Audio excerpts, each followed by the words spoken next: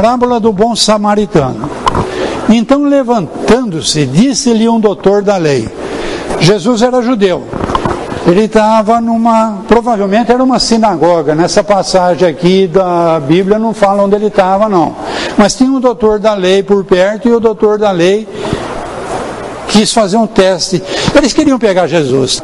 Jesus, com esse negócio de caridade, de criticar os fariseus e o pessoal da religião lá do judaísmo, estava perturbando esse pessoal. Esse pessoal queria pegar Jesus no contrapé.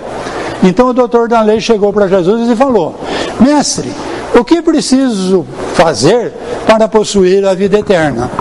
Jesus falou: amarás o Senhor teu Deus de todo o coração e de toda a tua alma, com todas as tuas forças e todo o teu espírito, e o teu próximo como a ti mesmo.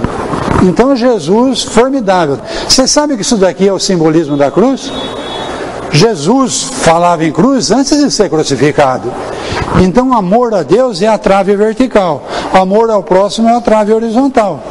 Depois, quando mudaram os ensinamentos de Jesus, puseram Jesus pregadinho na cruz lá, mas aquilo foi um evento que não tem nada a ver com Jesus. Jesus era um homem positivo, um homem otimista, um homem que tinha prazer de estar com o povo, prestava atenção nas pessoas.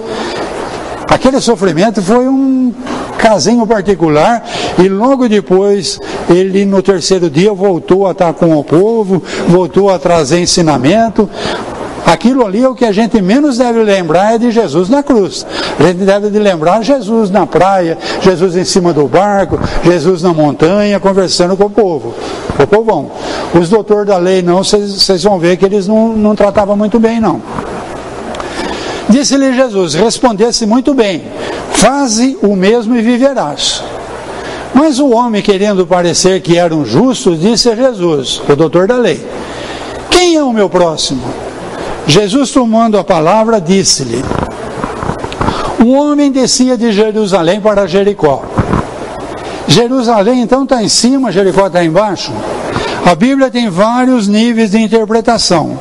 Jerusalém é onde o povo tinha o templo, é onde o povo ia para orar, para elevar o seu teor vibratório nas vibrações mais elevadas.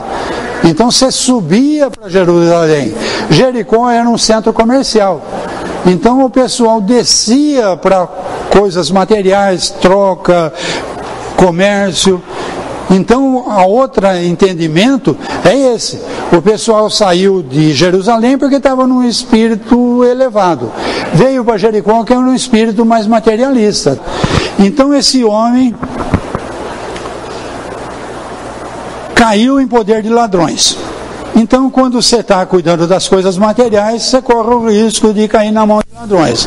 O despojaram, cobriram de ferimentos e foi deixado quase morto. Bom, aconteceu em seguida que um sacerdote descendo pelo mesmo caminho, então o sacerdote também, a vibração dele estava descendo, hein? E pelo mesmo caminho viu o homem caído lá, passou adiante. Um levita também veio àquele lugar, tendo observado, passou igualmente adiante.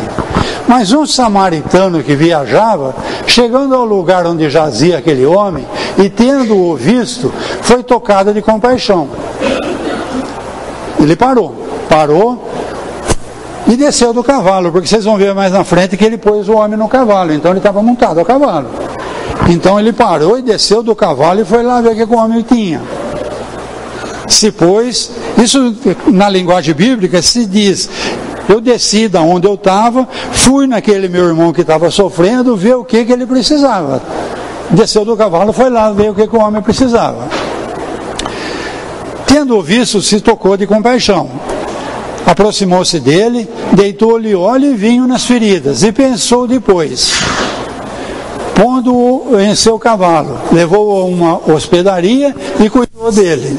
No dia seguinte, tirou 2 denários e deu ao hospedeiro, dizendo: trata-o muito bem deste homem, e tudo que despenderes a mais, eu te pagarei quando regressar. Isso tudo vocês já ouviram em outras passagens. É a parábola do samaritano. Então Jesus pergunta para o doutor da lei: qual, pois, desses três te parece que foi o próximo daquele que caiu na mão dos salteadores? E ele, o doutor da lei, falou: o que usou de misericórdia para com ele. Jesus respondeu: disse, vai e faz o mesmo, e faz da mesma maneira. Isso está em Lucas, no capítulo 10. Bom, levita, o judeu era todo dividido em tribos. A tribo dos levitas, eles tinham o orgulho de serem os que conheciam melhor a Bíblia, que levar a Bíblia não, ali eram os ensinamentos de Moisés, a Torá. Então esse daí é o que seguia, o pessoal da tribo dos levitas era o que seguia os ensinamentos de Moisés ao pé da letra, os que achavam que eles tinham a melhor interpretação, mas o levita passou. O sacerdote passou, o levita passou. E o samaritano era mal visto entre os judeus, porque o samaritano aceitava alguma coisa ele achava que não era bem assim, então o judeu mais ortodoxo tinha um preconceito com o samaritano, porque o samaritano não atendia às leis do Moisés tão ao pé da letra quanto o levita. Só que o levita passou reto e o samaritano parou. Então Jesus usou essa linguagem para explicar para a gente que não depende tanto de crença. Eu posso ser um levita ou ser um samaritano. O importante é eu descer do cavalo e ver o que o meu irmão está precisando. Perguntou pela ortodoxia. Não, eu pulei um pedaço, né? Eles viviam na região da Samaria, era um grupo religioso que tinha conflito com os judeus no tempo de Jesus. Eles viviam na região da Samaria e misturavam o judaísmo com outras crenças. Jesus escandalizou muito os judeus porque não rejeitava os samaritanos. Ele usou até um samaritano na parábola aí. Então Jesus perguntou pela ortodoxia da fé. Fez distinção entre o que crê de uma maneira ou de outra?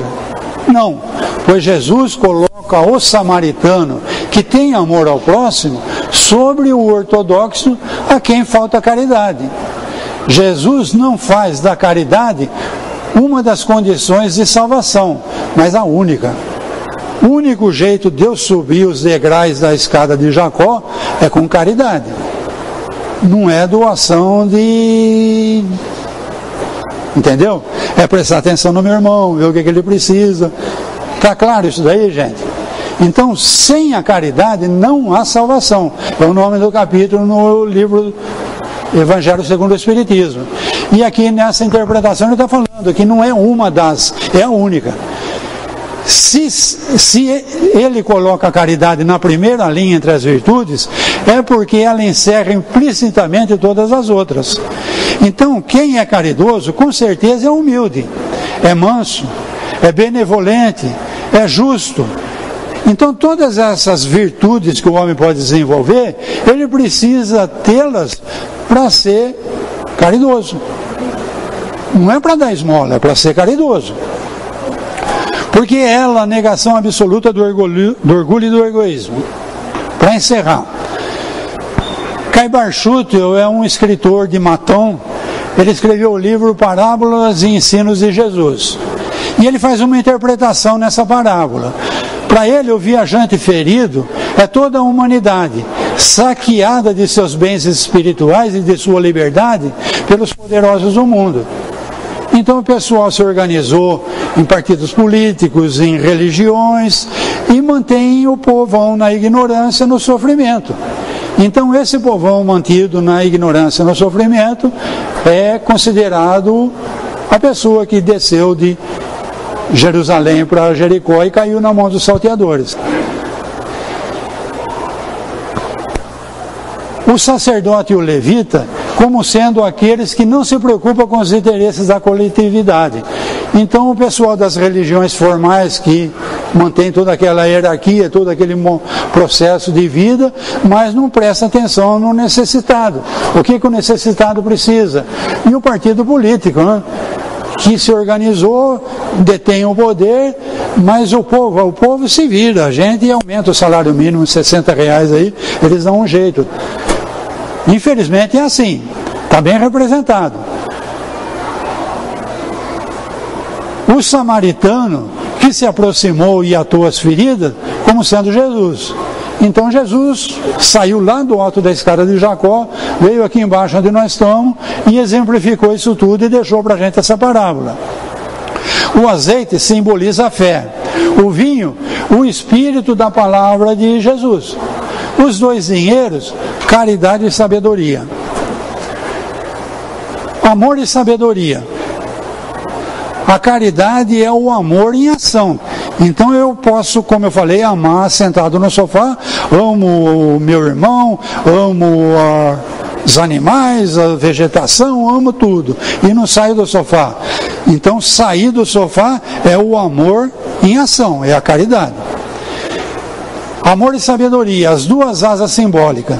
Então vários espíritos já falaram dessas asas aí. Eu preciso de duas asas para alçar voo. Se eu quero que o meu papagaio não voe, eu corto duas peninhas de uma asa dele, acabou, ele não voa mais, desequilibra, não sai do chão. Então eu preciso desenvolver duas asas. O espírito meditando, agindo bem, pouco a pouco, vai tecendo e mais tarde voará de forma sublime à eternidade. Vamos subir os degraus da escada de Jacó. O amor é o que buscamos hoje, aplicando os ensinamentos de Jesus, para tirar dos olhos a escama do orgulho e das vaidades, que obscurecem nosso espírito. Muitos cresceram a praticar o bem, com o uso do livre-arbítrio. Outros ainda estão lendo essas páginas, fora da caridade não há salvação. Somos nós. E há os que querem ser samaritanos de hoje, e que sabem que o verdadeiro espírita e o cristão são uma só pessoa. Tá bom, gente? Então o que é o espírita? O espírita é alguém que está querendo ser um bom cristão. Para ser um bom cristão, não tem outro jeito, a única jeito é sendo caridoso. Para ser caridoso, eu tenho que controlar o orgulho, eu tenho que controlar um monte de coisa para mim conseguir prestar atenção no próximo